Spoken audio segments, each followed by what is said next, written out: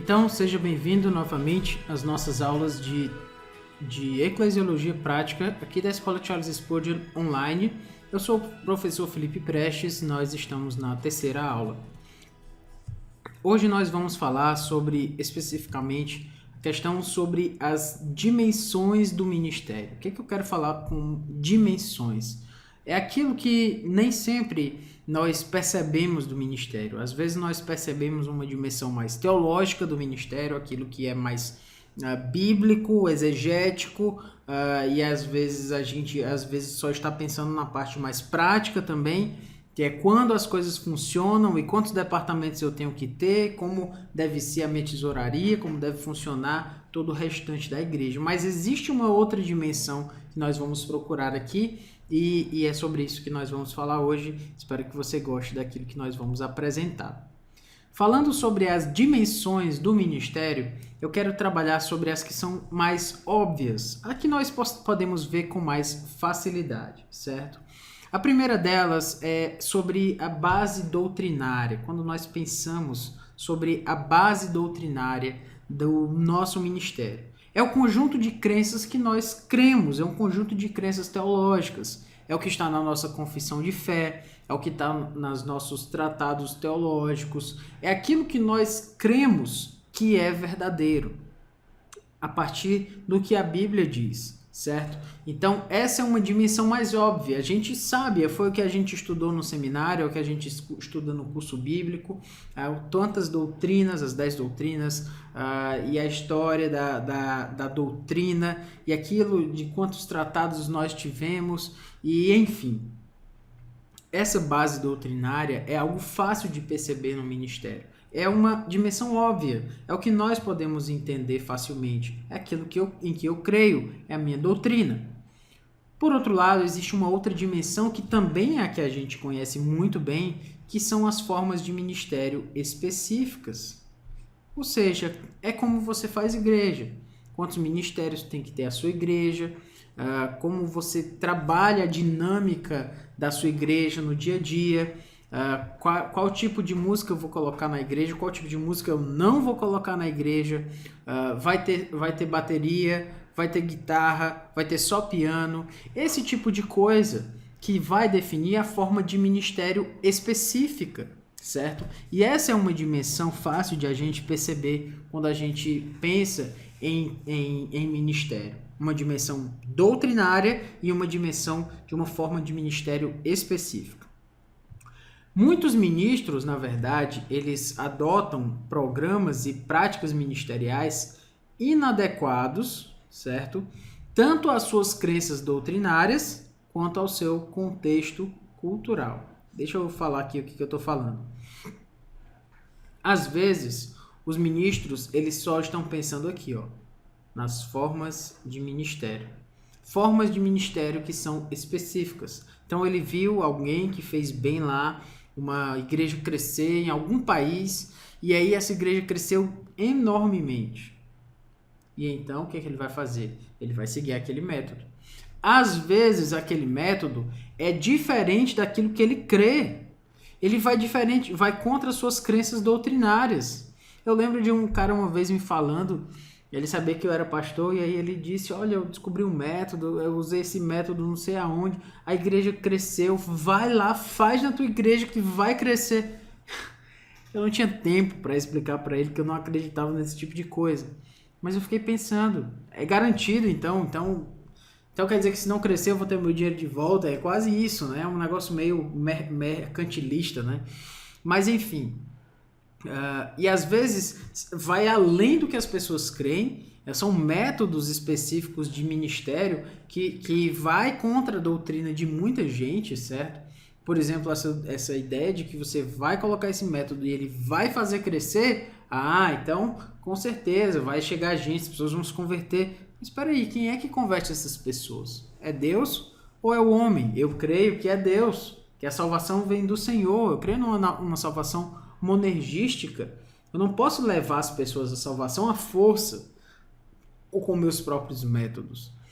E às vezes o que acontece é que alguns ministros escolhem métodos que vão, além de irem contra suas doutrinas, seguem também contra a cultura, que não são adequados àquela cultura que ele está apresentando, porque ele simplesmente importou, deu certo no país tal, então traz para cá que eu vou fazer do mesmo jeito e vai dar certo. E às vezes as pessoas ficam olhando. Eu conheço uma igreja, agora eu tô lembrando aqui de uma igreja que o pastor leu um livro. Era um livro sobre relacionamento, certo? Não vou falar o nome do livro, né? Porque pode soar... mas era um livro cristão, enfim. E era um livro de relacionamento. Só vou dizer que era um livro sobre relacionamento. E então esse pastor vai falar sobre esse livro que ele leu, que era um livro que um certo pastor utilizou num certo lugar, né? E esse livro fez um grande diferencial naquele contexto em que aquele autor fez, tanto que ele escreveu um livro e vendeu esse livro, né? Enfim. E aí esse pastor escolheu e teve a excelente ideia de pegar esse livro e implantar na sua igreja esse método de relacionamento. Então tinha na sua igreja e ele simplesmente implantou. E ele implantou de uma forma assim insensível a forma como a igreja já trabalhava os seus relacionamentos. Era alguma coisa sobre namoro e tal. E aí o que aconteceu? Essa igreja se dividiu. A igreja sofreu por conta de um método que foi trazido de fora e que foi querido ser implantado a duras penas naquela igreja, naquela realidade. Então, quando eu fico pensando sobre essa questão de igreja, eu fico pensando, isso é muito sério. Você pegar um método, pegar alguma coisa que foi feita e tal, e você não trabalhar o crivo bíblico daquilo de uma forma cuidadosa, e não trabalhar bem também sua cultura, você pode fazer coisas terríveis. Você pode dividir uma igreja, você pode, enfim. Então o que eu quero dizer aqui, às vezes a gente está falando aqui, pode parecer muito longe da nossa realidade, mas você talvez conheça igrejas que tenham se dividido por conta de métodos que foram trazidos. É claro que o método não é o responsável, né? Aquela igreja devia ter problemas de mágoa, de rancor, e aquilo foi o estopim. Mas o que eu quero dizer é que a gente não pode simplesmente trazer métodos que deram certo em algum lugar e implantar. E a palavra é essa mesmo, né? Implantar, é tirar de fora e colocar ali de alguma forma que dê certo, porque não pode ser assim. Então, essas importações de métodos famosos muitas vezes são métodos estranhos à nossa teologia ou ao nosso ambiente, ou aos dois. Então, por essa questão, nós precisamos ter muito cuidado com esse elemento aí. Bom, tendo falado sobre isso, sobre as dimensões do ministério, nós podemos pensar sobre o resultado dessa importação desses métodos, dessa mera importação desses métodos. Qual é o resultado? O que acontece diante disso? Olha, muitas vezes o que acontece é uma escassez de frutos, certo? Ou seja, é quando as pessoas tentam fazer, pegam um método que deu certo em um certo lugar, e aí elas vão colocar na sua igreja e os frutos não vêm. Muitas vezes é o contrário. Muitas vezes aquilo faz diminuir as pessoas da igreja. Às vezes divide a igreja, como eu já mostrei, né? Porque não foi trabalhado a doutrina e o contexto, a cultura daquilo que foi trazido. Não há transformação dos de dentro muitas vezes.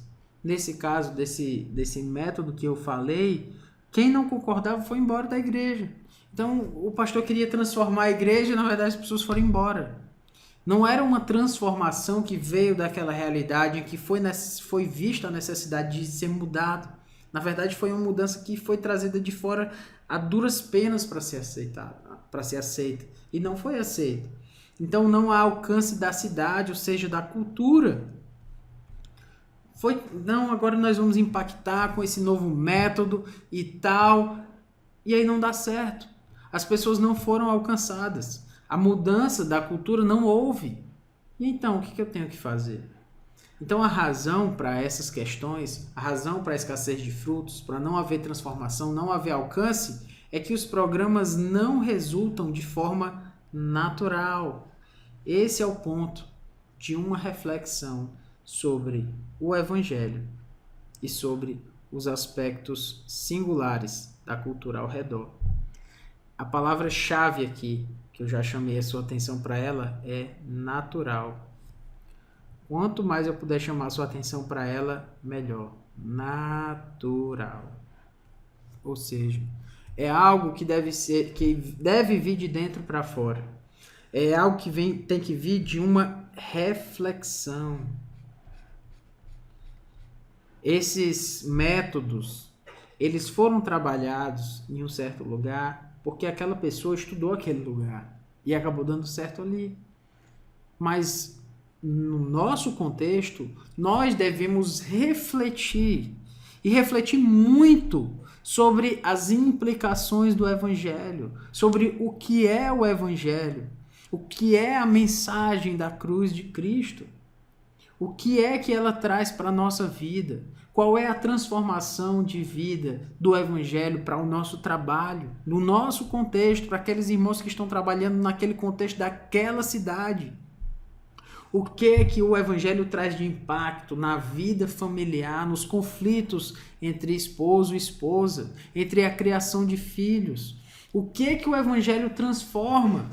O que é que o Evangelho transforma nas amizades, no ensino dos jovens? Nos jovens que vão para a faculdade, que estão pensando vocação, que estão pensando na sua profissão, que estão sofrendo muitas vezes, onde o Evangelho entra para transformar a vida dessas pessoas, onde a mensagem da cruz de Cristo entra. Então essa reflexão, ela vai fazer com que a gente pense cada vez mais e perceba o Evangelho de uma forma que talvez você nunca tenha percebido, de uma forma mais vívida, mais clara, mais aplicável, mais prática.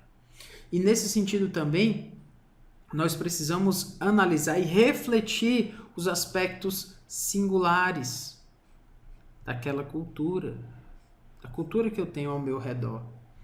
Vou dar um exemplo negativo a meu respeito. Uma vez eu estava pregando em uma igreja que ficava no interior, uma igreja com muitas pessoas simples, agricultores, outras pessoas que viviam naquela cidade de uma forma mais sofisticada, mas enfim, de uma forma geral eram pessoas que não tinham tantos graus acadêmicos, apesar de serem pessoas grandemente sábias e usadas por Deus, enfim. E sabe o que aconteceu? Eu preguei num domingo naquela igreja sobre liberalismo teológico. E domingo à noite ali eu estava falando sobre talvez Calbart, neo-ortodoxia e as pessoas que não acreditavam nos milagres e tal. E aí eu pensei, depois de um tempo, né? O que foi que eu fiz? Eu fiz aquelas pessoas perderem 40 minutos da sua noite porque não era essa a batalha que eles estavam travando. Não era essa luta que eles estavam lutando. Eles estavam lutando outras lutas e eu trouxe para eles munição para uma batalha que eles não estavam travando. E essa é a questão. Nesse sentido, eu não cuidei da cultura, dos aspectos singulares da cultura ao redor, das frustrações, das aspirações daqueles homens e mulheres. Isso não aconteceu. Então eu fui insensível àquela cultura. Por essa razão, eu não consegui chegar naquele domingo.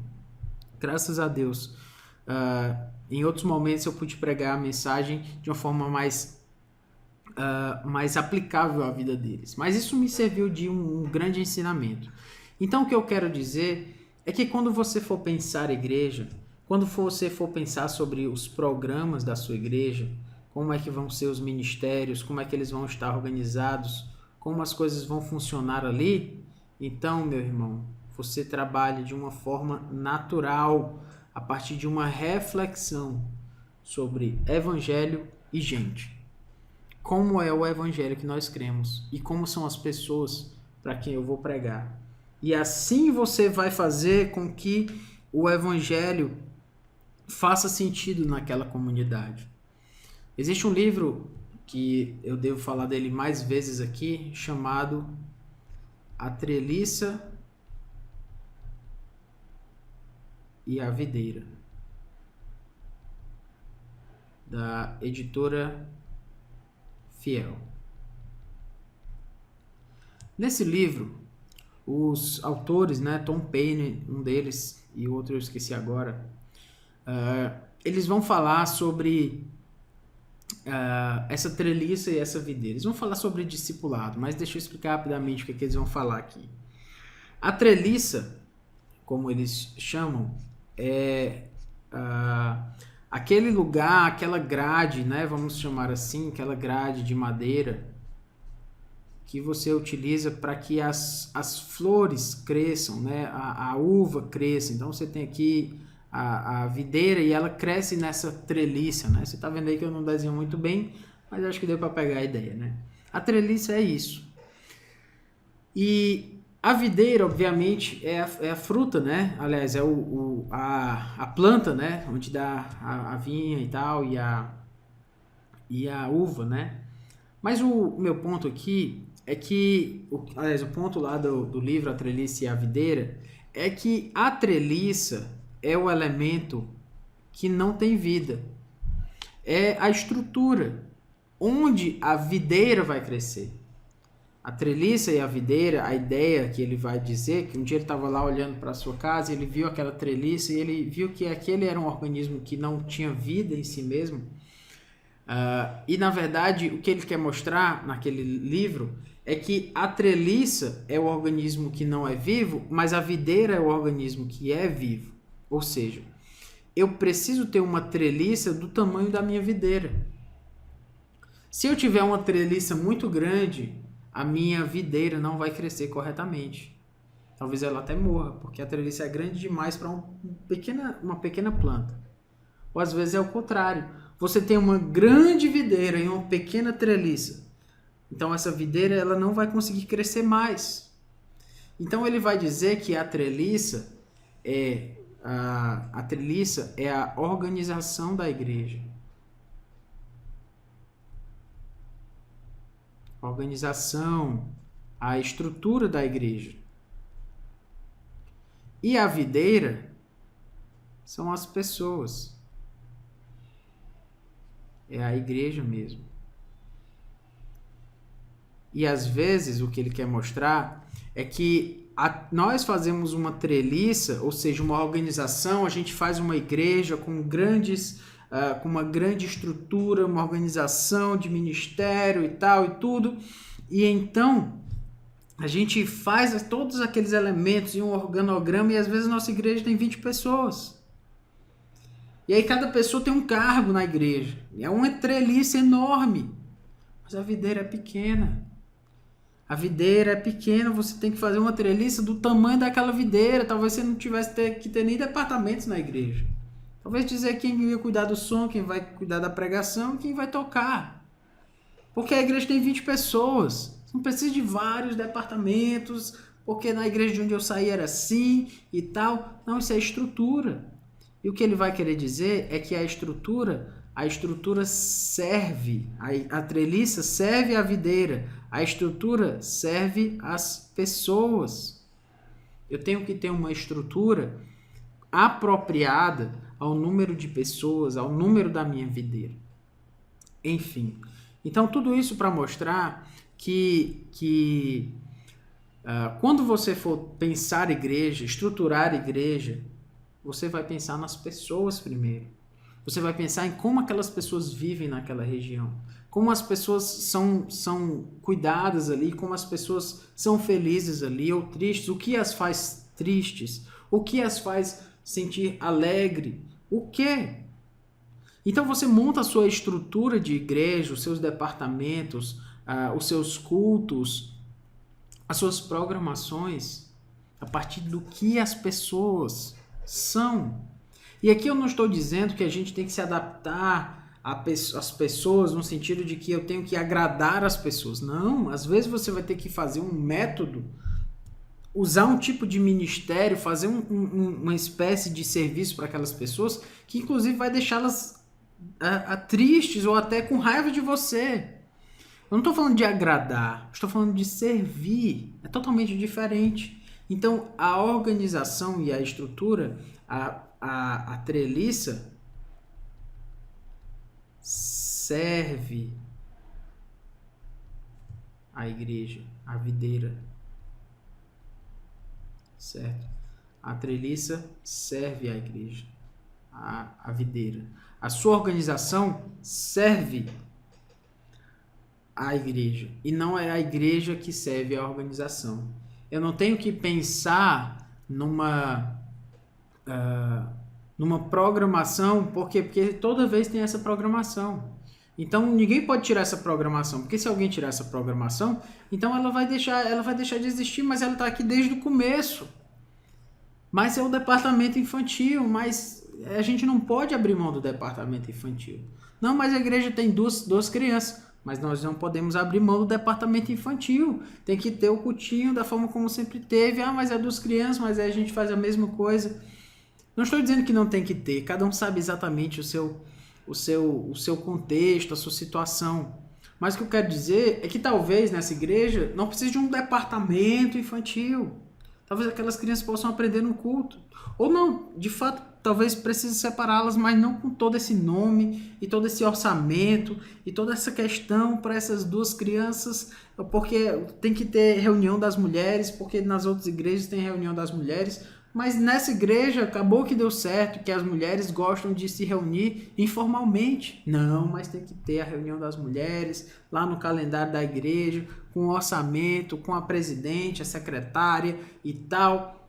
Será que precisa disso? Não estou dizendo que não precisa, que nunca vai precisar. Eu estou querendo dizer que às vezes nós queremos fazer com que a organização, com que o tipo de ministério, ele entre na vida das pessoas a duras penas. E nós não precisamos disso, certo? Nós não precisamos. Então, tenha cuidado sobre isso e pense sobre a treliça e a videira. Como deve ser a organização da minha igreja? A organização da minha igreja, ela deve servir ao organismo vivo, que é a igreja, que são as pessoas. É isso que deve servir. E não de uma forma com que a estrutura entre de qualquer forma na vida das pessoas. Não podemos fazer assim, ok? Então, tendo falado sobre isso, eu quero começar aqui a história do pastor Timóteo. A gente vai começar agora e terminar na próxima aula. Mas pense um pouco na história do pastor Timóteo. O pastor Timóteo tinha um ministério muito bem sucedido no interior, certo? Ele pregava, as pessoas chegavam na igreja, as pessoas eram convertidas e aí elas cresciam, a igreja do pastor Timóteo estava crescendo, estava se desenvolvendo ali, mais pessoas estavam chegando, a igreja estava fazendo uma grande diferença naquele interior, as pessoas conheciam aquela igreja como uma igreja séria, ela estava fazendo a diferença na vida de muitas pessoas. E então o pastor Timóteo foi chamado para uma igreja da capital, que estava sem pastor, estava procurando um pastor que fosse capaz ali de assumir aquele ministério na capital. E aí essa igreja chama o pastor Timóteo e ele vai assumir essa igreja lá na capital. Então o pastor Timóteo ele continua a pregar, porque deu certo lá onde ele estava pregando, né? Do jeito que ele estava pregando. Então ele continua a pregar e pastorear exatamente como antes. Exatamente como antes. Então ele usava as mesmas ilustrações. O pastor Timóteo usava a mesma forma de ministério, o mesmo organograma, os mesmos jargões, o mesmo tipo de linguagem, o mesmo tempo de pregação. Ele usava tudo do mesmo jeito, que deu muito certo lá no interior. Só que o que foi que aconteceu agora na capital?